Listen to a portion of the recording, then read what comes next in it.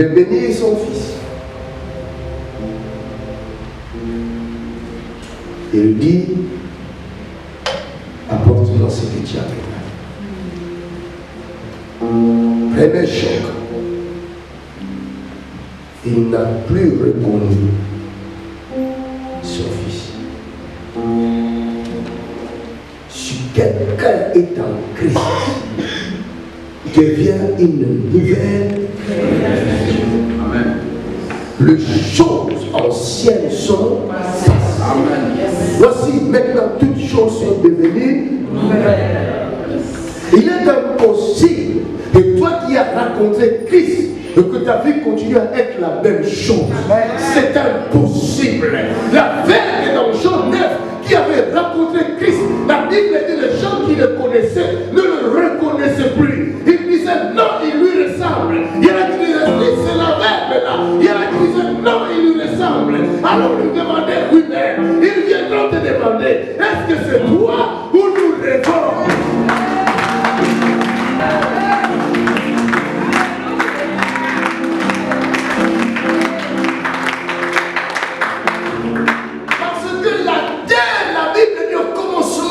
Était informe et vide.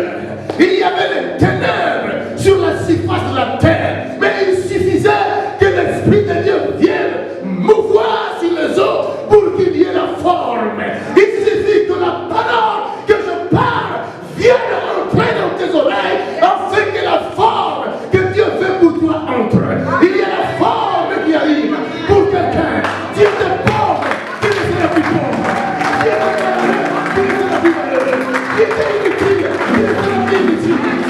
a la forme qui arrive par la parole. Où est-ce qu'il nous amène? Personne ne sait. Abraham dit à ses serviteurs, venez avec moi. Il n'y a que moi qui connais le secret. Ni mon fils, ni vous mes serviteurs. Vous ne connaissez pas le secret. Mais moi, Abraham, l'ami de Dieu, je connais les secrets. Allons-y. Pendant 3 jours de marche, les serviteurs, je pense qu'ils se posaient des questions. Patron, cette fois-ci c'est trop. Où est-ce que tu nous amènes? Ça fait 3 jours que nous marchons. Nous sommes fatigués. La Bible dit que celui qui veut me suivre, qu'il se charge de moi. Amen. 3 jours, c'est le serment de mourir et ressusciter avec Christ. Je n'ai pas mort et ressuscité avec lui. L'onction là, tu ne le verras pas. Tu deviendras l'ennemi de l'onction. Tu parleras contre l'onction. Tu parleras contre ceux qui font des démonstrations de la puissance de Dieu. La démonstration de la puissance de Dieu, on ne le fait jamais avant le Jourdain. On le fait toujours après le Jourdain. C'est après le Jourdain que Élisée était capable d'ouvrir la mer.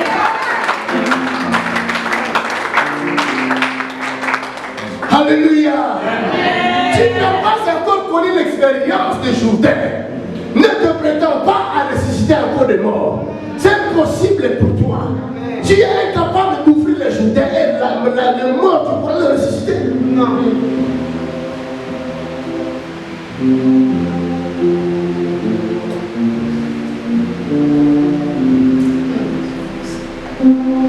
Il ne pourrait pas devenir un grand peuple de tout le temps si la mer rouge n'était pas ouverte afin qu'il passe à sec.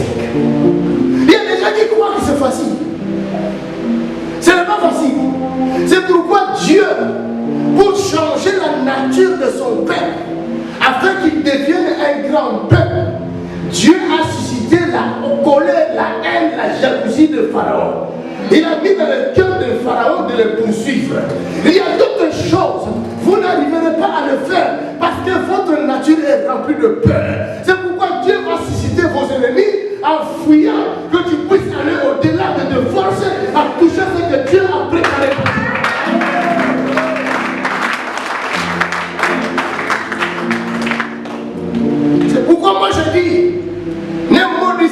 vos ennemis. Laissez-les vivre, ils sont importants.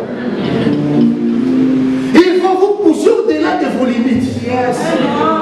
Vous allez faire des sauts que vous n'avez jamais fait. À cause de la mort qui vous suit derrière. Alléluia.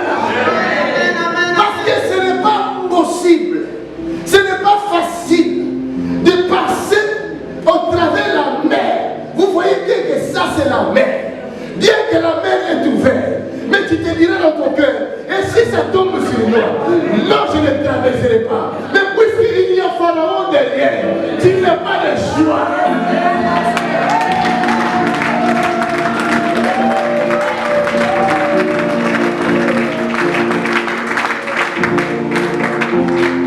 Que je combatte, que je vive.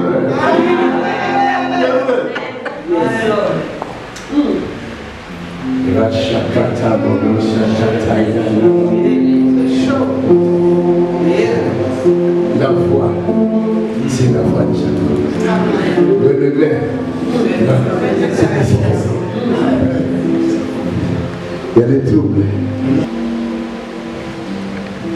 Ils ont traversé la mer Rouge. Parce que ce peuple ne pouvait pas devenir un grand peuple s'il ne passe pas par la mort. L'église ne peut pas devenir une église puissante si cette église ne passe pas par la mort.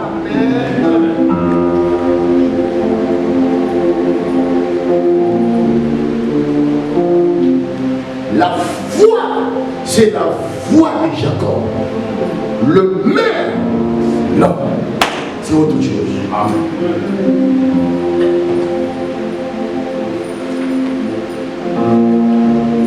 Pourquoi? Parce que le papa, avant de bénir son fils, il va lui dire, va me chercher le gibier. Or, le gibier, ce n'est pas un animal domestique. C'est un animal qu'on arrête avec les armes de feu. Donc si tu n'as pas cette arme de feu ou une flèche à l'époque, attention, ou sinon c'est toi qui vas laisser ta peau. C'est-à-dire, il envoie son fils vers la mort. Ou alors,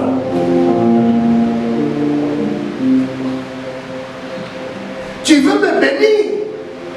Pourquoi tu ne me donnes pas seulement cette bénédiction facilement comme ça? C'est parce que tout ce qui est facile ne dure pas. J'ai été en Afrique, j'ai vu des routes faites par les Brésiliens et les Chinois, des routes moins chères. Quand une forte pluie arrive, toute la route est cassée. J'ai vu des maisons que les Chinois ont construites, des maisons moins chères. Il y a des fissures. Une maison qui n'a même pas 5 ans.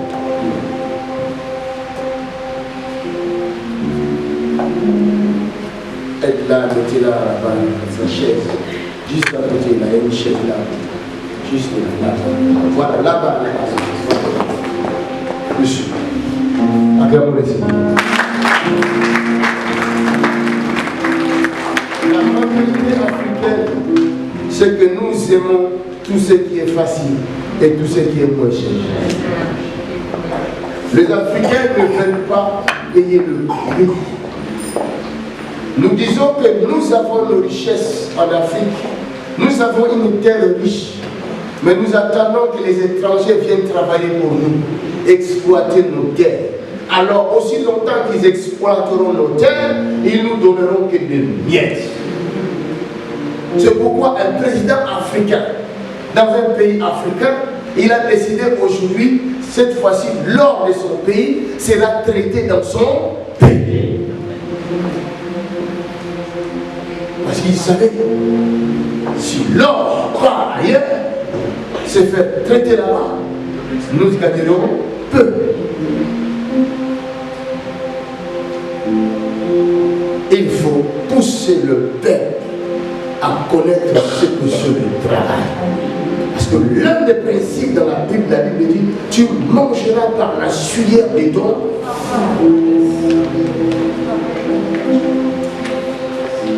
tu as gagné par ta sueur aura de la valeur. Parce que ta sueur, c'est ton sang.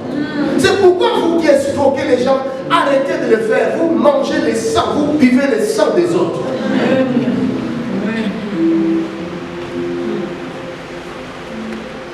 Vous qui refusez de donner à Dieu ce qui est à vous, vous refusez de donner votre sang à Dieu. Avant de sortir de l'Égypte, Dieu a dit à Moïse, chaque famille tuera un agneau d'un an. Sans vous. Et vous les mangerez à la hâte. Vous les mangerez debout. C'est-à-dire le salut que tu cherches ne viendra pas d'ailleurs. Le salut que tu cherches viendra de toi-même. Amen.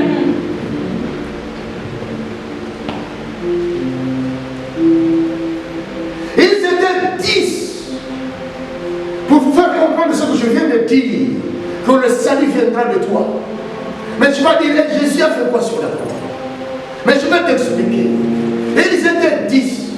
Ils ont été guéris par Jésus-Christ, mais ils n'avaient pas reçu le salut. Ils avaient reçu que la guérison de leur corps. Or, Jésus peut te guérir aujourd'hui. Une autre maladie viendra dans 2 mois, peut-être dans 10 semaines ou 2 semaines. Qu'est-ce que tu vas faire avec ça? Tu vas encore voir Jésus pour te guérir. Or, si tu as le salut, tu seras en mesure de chasser toute maladie qui vient t'embêter toi.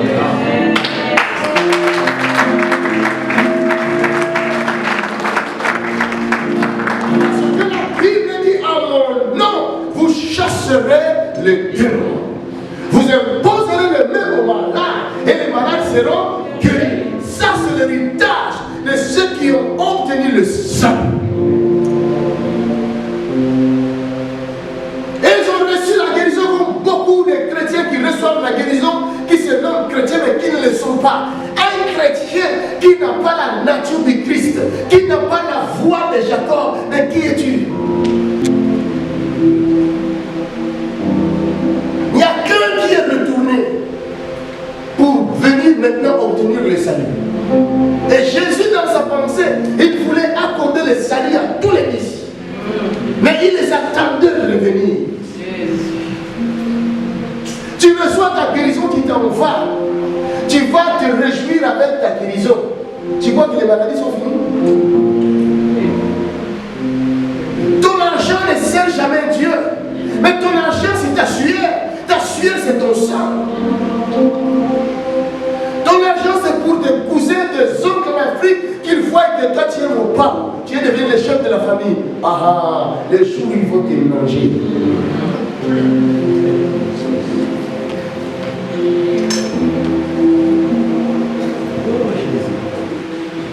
Oh, dans vos églises, on vous prête seulement l'argent, c'est ça qu'on vous fait croire.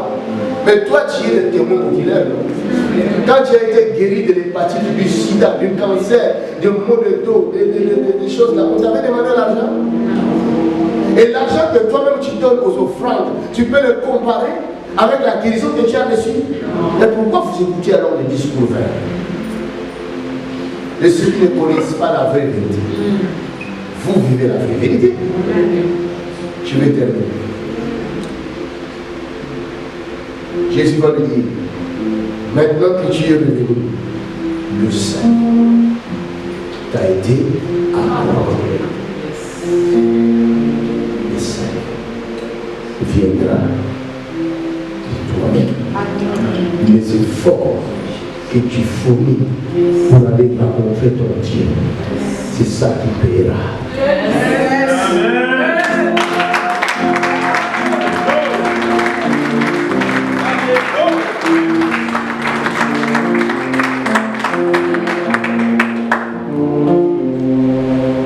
Depuis l'éternité, il avait été choisi et aimé de Dieu. Depuis l'éternité. Mais quand tu regardes la Bible que tu lis, est-ce que tu te trouves là? Est-ce que tu comprends que Dieu est dans la Bible? Dieu me dit, en lui, Dieu nous a élus avant la fondation du monde. Mais la bénédiction de Jacob, pour le toucher, il a fallu qu'il se batte avec son frère. Mais la bataille de Jacob et d'Ésaü, ce n'était pas charnel, c'était une bataille spirituelle. C'est pourquoi l'apôtre Paul va le dire, nous ne combattons ni la chair, ni le sang, mais nous combattons les esprits méchants, les dominations, les principautés dans les lieux. Or, c'est dans les lieux célestes qu'il y a notre bénédiction. Amen. Il a regardé son frère. Tu y as ma bénédiction, toi. Parce que, selon la loi juive, le bâton d'autorité, on ne lui donne jamais au deuxième fils, mais on le donne toujours à l'aîné. C'est pourquoi, quand il sortait du ventre de la maman, Jacob l'a saisi par la cheville. C'est moi qui ai aimé de Dieu avant que nous venions ici sur terre. Comment ça se fait que toi tu prends le devant? Donc tu veux sortir avant pour prendre ce qui est à moi. Mais rendez-vous sur la terre.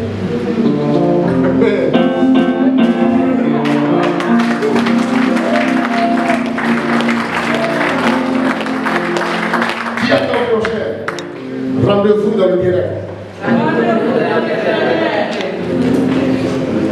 C'est dans le terrain que nous allons montrer de quoi nous sommes capables.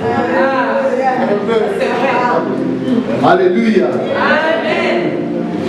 Ne vous battez pas avec des gens comme ça, vous parlez paroles méchantes. Lui dit une parole méchante, toi aussi tu donnes une parole méchante, ça ne sert à rien.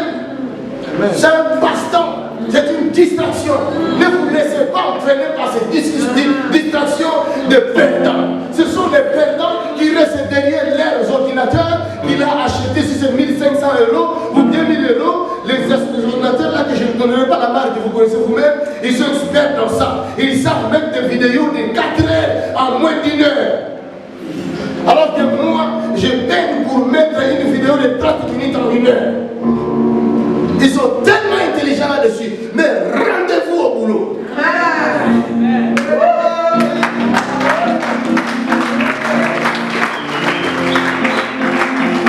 Je ne me laisserai pas intimider par qui que ce soit. Je connais les armes avec lesquelles je me promène avec. Je me connais. Je connais celui qui est en moi. Il m'a dit, je ne t'abandonnerai point. Je ne te délaisserai point. Je serai avec toi.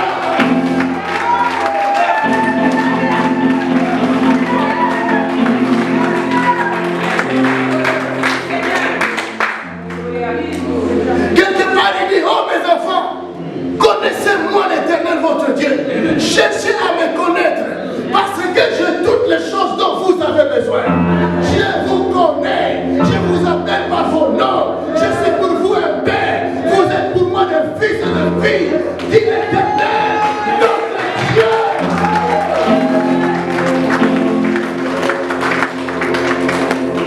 Je ne perds pas mon temps à répondre à ceux qui nous insultent. Je ne perds pas mon temps à les regarder qu'est-ce qu'ils ont dit de moi. Non.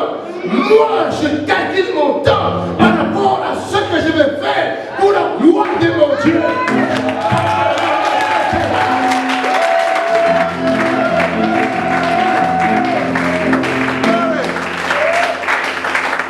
Si ce que je fais, ça ne vient pas de Dieu, pourquoi ce Dieu me laisse vivre là?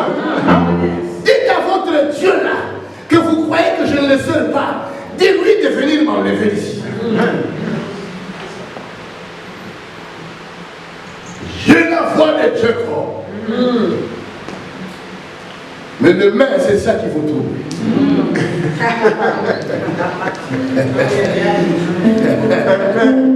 Alléluia. Dieu aima Jacob depuis l'éternité. Amen.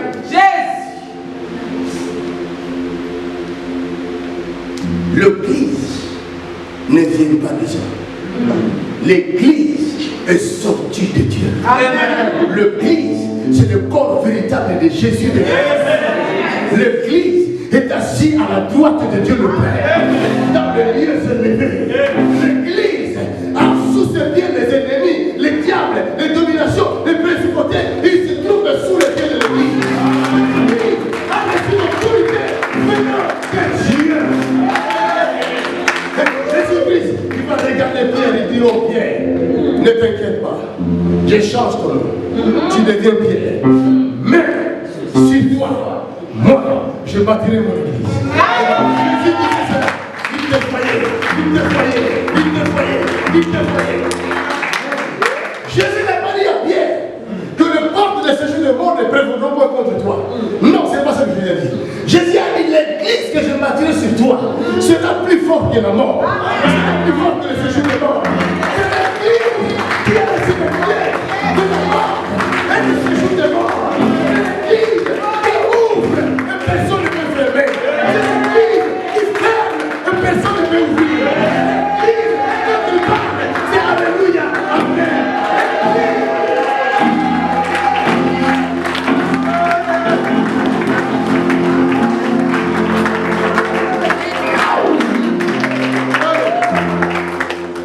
Pourquoi apôtre Paul en parlant, il dit, oh Église, ne vous inquiétez de rien. Écoutez seulement ce que le Saint-Esprit vous dit. Car le Saint-Esprit parle à votre esprit que vous êtes enfants d'eux. Amen. Si ton cœur ne te convainc pas que tu es enfant de Dieu, c'est que tu n'es jamais mort avec Christ et ressuscité avec lui. Mais celui qui est mort avec Christ, celui qui a traversé le Jourdain, celui qui a traversé la mer Rouge, il regardera derrière, il verra que l'Égypte est restée de l'autre côté. Les choses du monde ne sont plus à lui. Le mensonge ne lui appartient plus. Le péché ne lui appartient plus. Les hérésies ne lui appartiennent plus. Il vit à une nouvelle création. Il est devenu une nouvelle créature. Toutes choses sont devenues nouvelles. Il parle comme Christ. Il ne parle plus comme il parlait avant. Son corps reste le même. Mais sa voix a changé. La voix a changé. La voix de Jacob. La voix de Jacob. Mais le corps est réservé.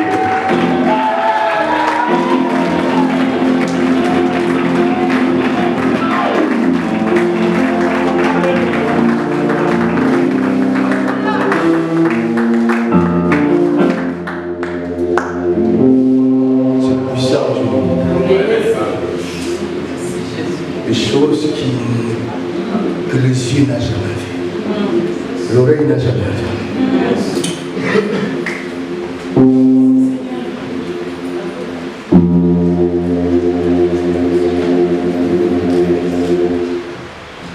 Et dit à son fils, va me chercher les yeux. Je veux voir en toi ma nature. Je ne te donnerai pas ma bénédiction si je ne vois pas en toi ma nature.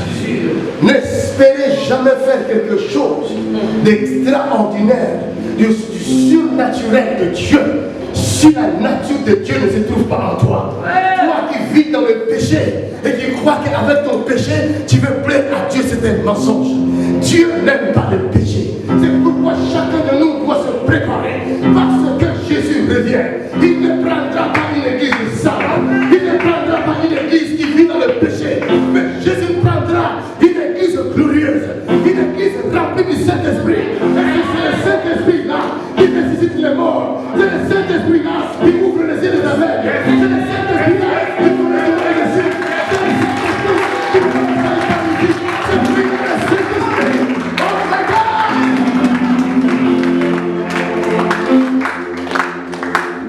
Il y a des gens qui croient que nous pouvons prêcher la sanctification sans le Saint-Esprit. Ils sont en train de nous critiquer parce que nous faisons des démonstrations de l'Esprit. Mais les démonstrations de l'Esprit, cela montre que le Saint-Esprit là, il est avec nous pour nous préparer à l'enlèvement. Tu n'as pas l'onction. tu crois que tu seras enlevé comment? Ça sera comme de l'aimant. Tu seras dans les airs. Et toi, tu n'as pas le Saint-Esprit. Tu vas monter comment? Alors, si tu as le Saint-Esprit, démontre au monde que tu as le Saint-Esprit. Parce qu'avant que l'Église soit enlevée, il faut que d'autres personnes, comme la Bible dit dans Jean 10, j'ai encore d'autres brebis qui ne sont pas encore dans cette bergerie. Mais il faut qu'ils viennent. Ils vont venir comment? Il faut les convaincre. Comment tu vas les convaincre qu'il y a le meilleur ici et que là-bas il n'y a pas de mieux? Le mieux, ça se trouve de l'autre côté. Tu vas les convaincre comment? Il faut que tu traverses.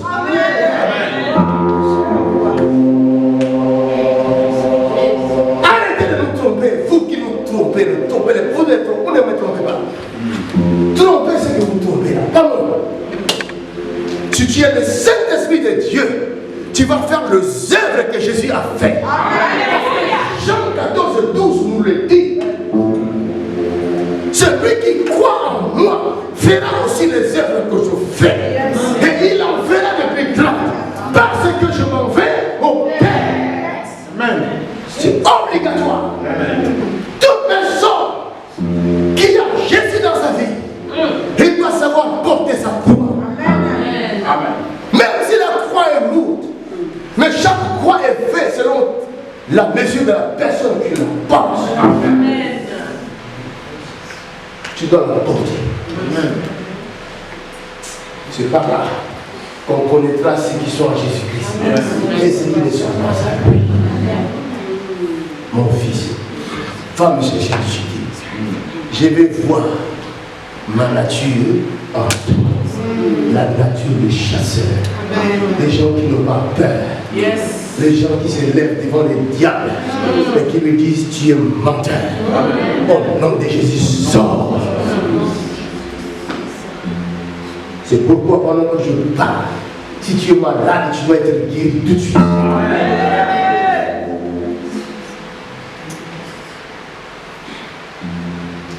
Il est sorti.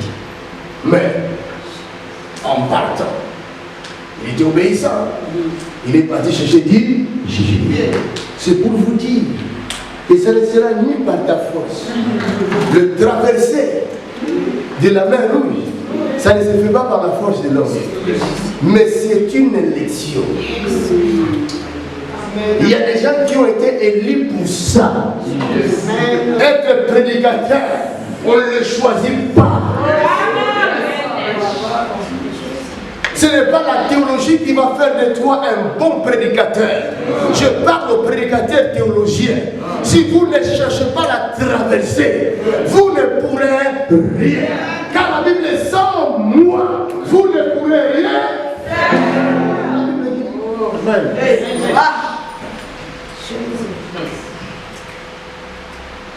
On ne devient pas pasteur. On ne devient pas évangéliste, on ne devient jamais docteur, ni prophète. Ce n'est pas parce que tu as des dons, tu vois des visions. Et les visions que tu vois, ça se concrétise, tu dis je suis prophète. Ça, ce n'est qu'un don. Les dons de l'esprit ne te donnera pas un ministère. On est né évangéliste. On est né pasteur. On est né prophète. On est né apôtre. On est né avec le ministère. Et c'est en découvrant la parole de Dieu que tu te découvriras.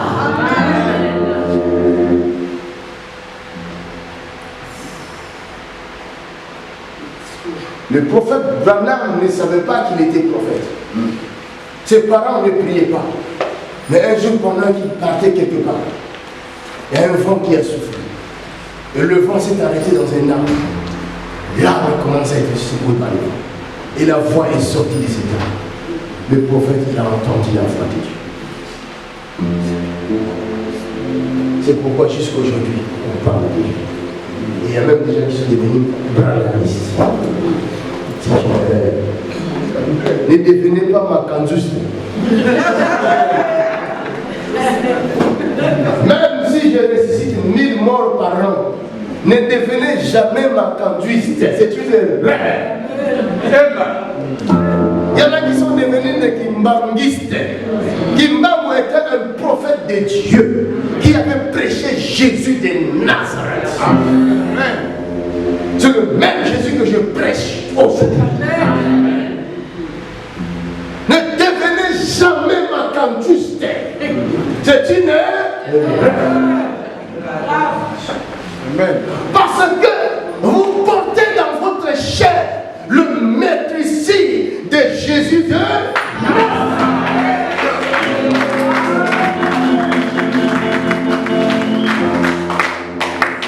Tout est écrit dans la Bible.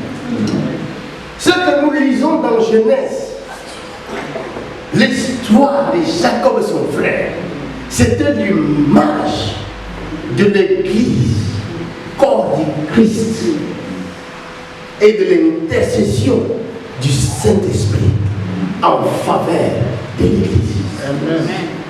La maman de Jacob symbolise le Saint-Esprit.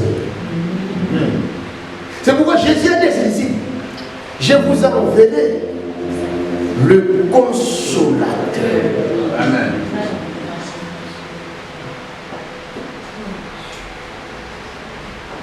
Qu'est-ce qui se passe?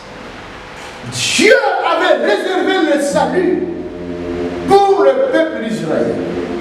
Ce sont eux qui sont sortis avant nous. Ils ont le droit de naître. Le salut est devenu d'abord pour les Juifs. Amen. Et non pas pour les non-Juifs. Une femme est venue dire à Jésus: viens guérir ma fille. Et malade, Jésus ne voulait même pas l'autre. Et il l'a traité de chien. On ne donne jamais les choses des enfants aux chiens. Mais connaissant les mystères de la foi de Jacob et du maître d'Ésaïe, cette femme regardait Jésus de Nazareth. Il dit: tu as entendu parler de foi, mais tu n'as jamais vu la foi des hommes. Je vais te montrer la foi qui dépasse même l'entendement de Dieu.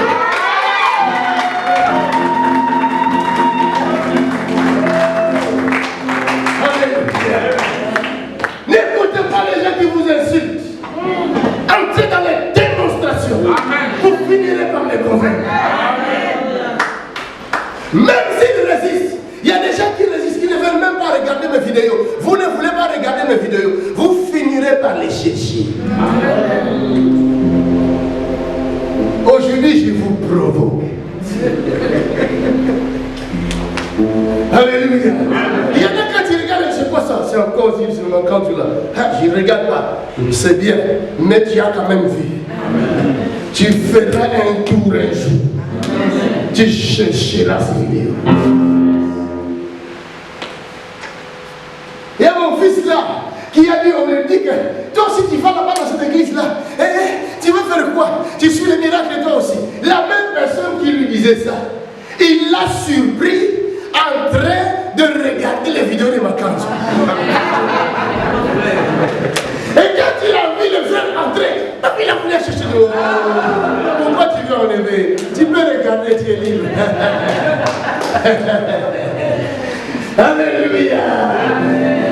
Bien-aimé, je vais vous donner cette clé, après quoi je termine mon message. Yes. Le mystère de l'Église. Alléluia. Amen. Jacob, selon le droit de naissance, il ne pouvait pas obtenir cette bénédiction. C'est pourquoi Isaac faisait, il avait le cœur pour son premier fils. Ce n'est pas qu'il n'aimait pas Jacob, il aimait bien son fils Jacob. Il les aimait les deux.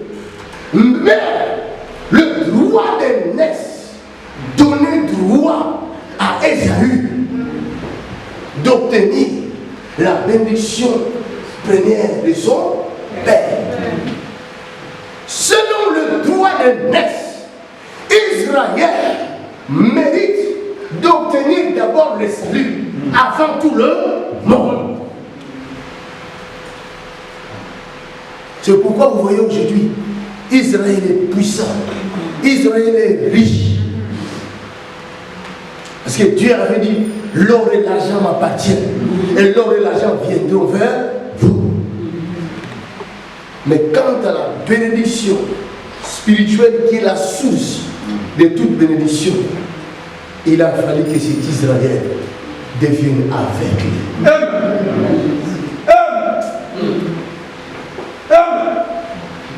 C'est le trouble total. La bénédiction est venue. Israël ne voit plus la bénédiction. Israël commence à tâtonner. Il faut que celui qui voit, qu'il vienne prendre ça. Or, tu ne peux pas recevoir cette bénédiction si tu n'es pas de la race d'Israël. Si tu ne fais pas partie de l'une des tribus d'Israël. C'est là où est le problème. Alors, qu'est-ce qui va se passer? La même chose qui s'est passée à Jacob. La femme d'Isaac va tuer un animal. C'est-à-dire un chevreau. Il va prendre la viande du chevreau. Il va le préparer.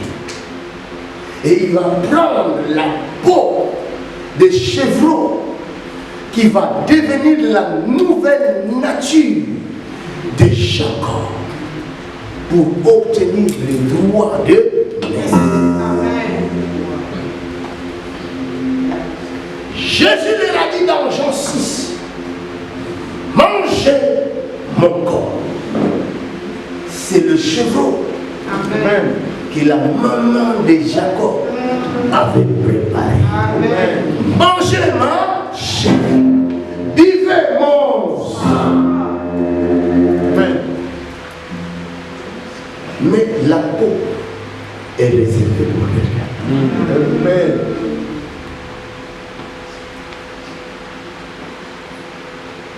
Ce n'est pas nous. C'est eux qui ont mangé la chair, qui ont bu le sang. Arrivé chez nous, on nous donne la source, ce qui est spirituel. Et nous l'acceptons. Nous mangeons son corps par la foi. Nous buvons son sang par la foi. Mais le corps que nous mangeons, la chair que nous mangeons, le sang que nous buvons, qui est-il? Le coupable, c'est celui qui a tué. Pas celui qui mange. Celui qui mange ne sait même pas d'où ça vient.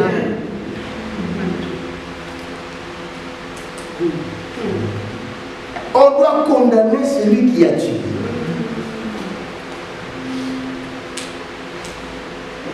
C'est pourquoi il leur avait été dit, frappe-les d'aveuglement. Amen, amen. Ils ne doivent plus voir. Amen. Parce que chaque fois que j'ai envoyé les prophètes, amen, ils ont tué deux prophètes. C'est la chair. Amen.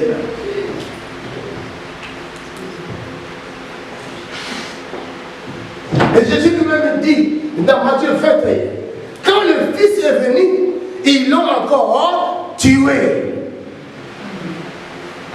C'est pas moi. Moi, j'ai vu déjà la viande qui m'a été donnée et les sangs qui m'a été donné.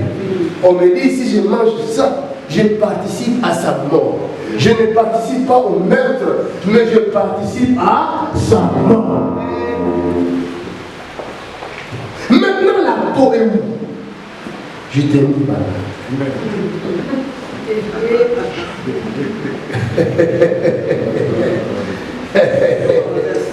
Alléluia.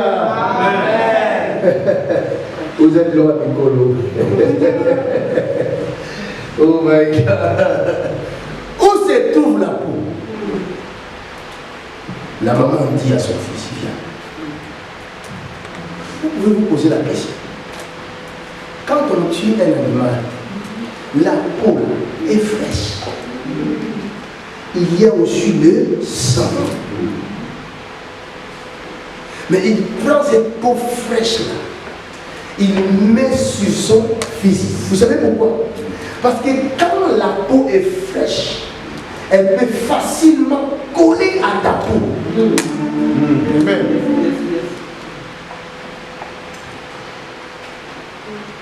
Si la peau était sèche, ça n'allait pas marcher. C'est ça. Le père allait comprendre que c'est pas lui. Mais quand il a touché, il a vu que non. Ça, c'est vraiment le corps de mon fils, l'héritier qui mérite. Nous ne faisons pas partie de 12 tribus d'Israël. De toute façon, nous n'avons pas la même couleur. Mais quand on nous regarde, comme la Bible dit, celui qui croit en moi, il change de nature. Si quelqu'un est dans Christ, il est devenu une nouvelle créature. Les choses anciennes sont passées. Voici maintenant, toutes les choses sont devenues nouvelles.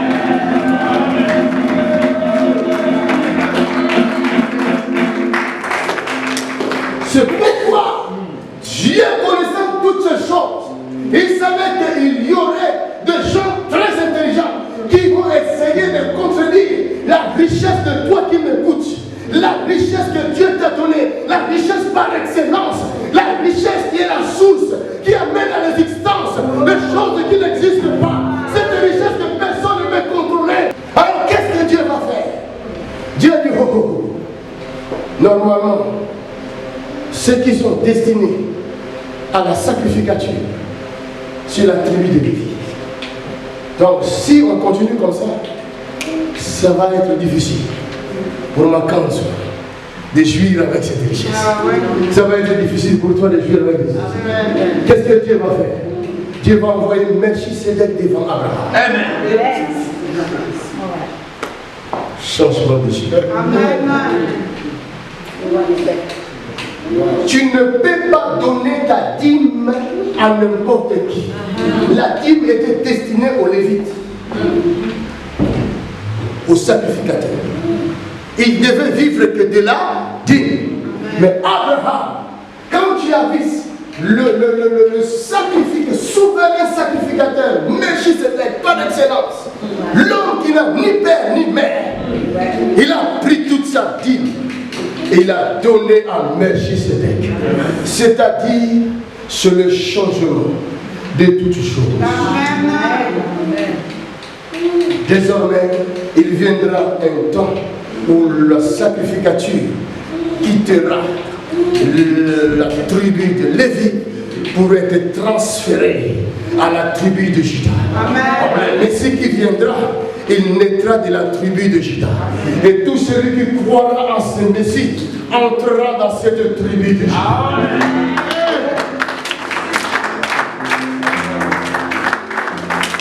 Si vous ne croyez pas que je fais partie de cette tribu, alors que les œuvres que je fais témoignent.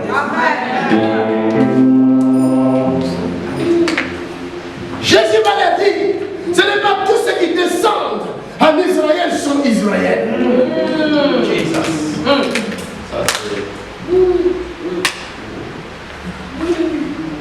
Vous connaîtrez le vrai Israélite. Vous les connaîtrez par des signes et des prodiges qui les accompagnent. Amen.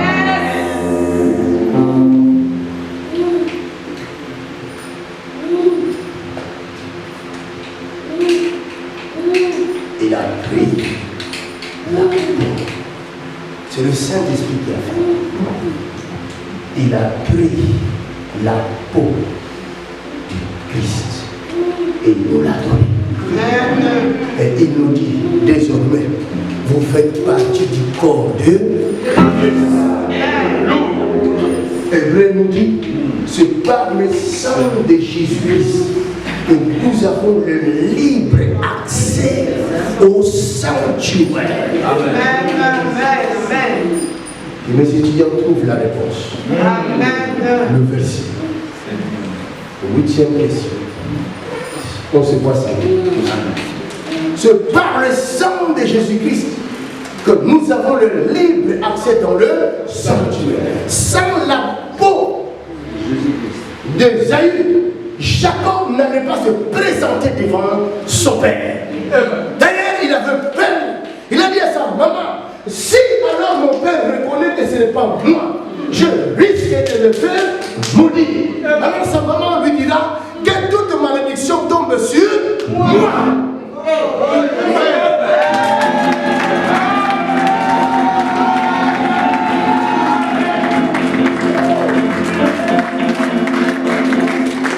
Pour terminer, il dit à Isaïe 53, il dit le châtiment qui nous donne la paix est tombé sur nous. Mais c'est pas ce même ici que nous sommes.